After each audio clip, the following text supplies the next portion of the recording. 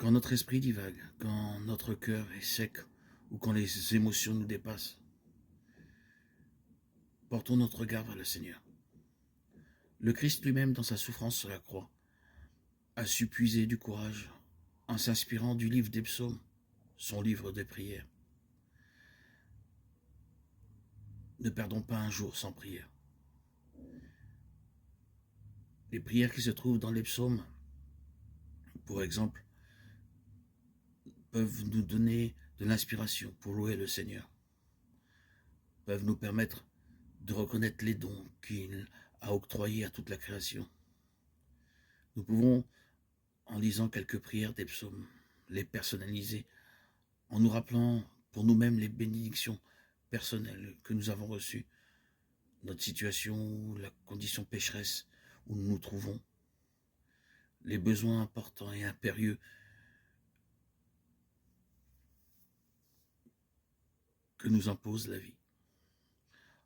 En intégrant pleinement à notre prière nos besoins personnels, nous devenons un peuple de louange, un peuple de supplication.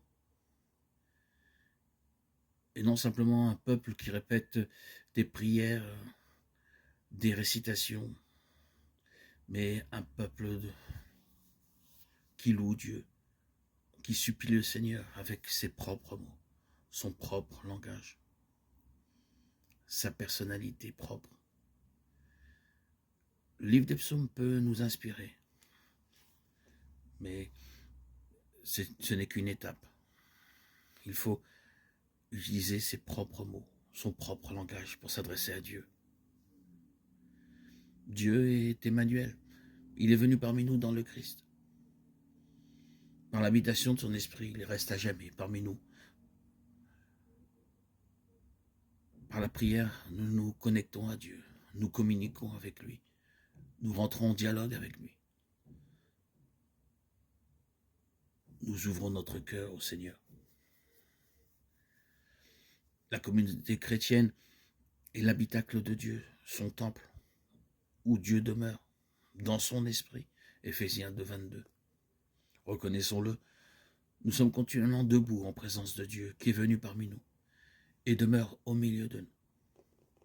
Cependant, nous pouvons ignorer sa présence, comme nous sommes capables de le reconnaître.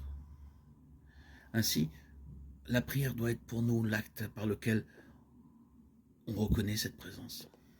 Un peuple qui a reçu l'Esprit de Dieu, l'Esprit Saint, doit être toujours en prière. C'est le moyen le plus efficace pour entrer en communication, en présence de notre Seigneur. L'Écriture sainte nous appelle constamment à être conscients de la présence de Dieu et à communier toujours avec lui. L'apôtre Paul nous rappelle « Priez en tout temps dans l'Esprit » Éphésiens 6, 18. Et encore, restez toujours joyeux, priez sans cesse. En toutes conditions, soyez dans l'action de grâce. C'est la volonté de Dieu sur vous dans le Christ Jésus.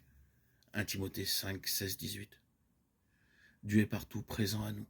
À aucun moment, nous ne pouvons refuser une telle présence. Et c'est la prière qui nous l'a fait reconnaître.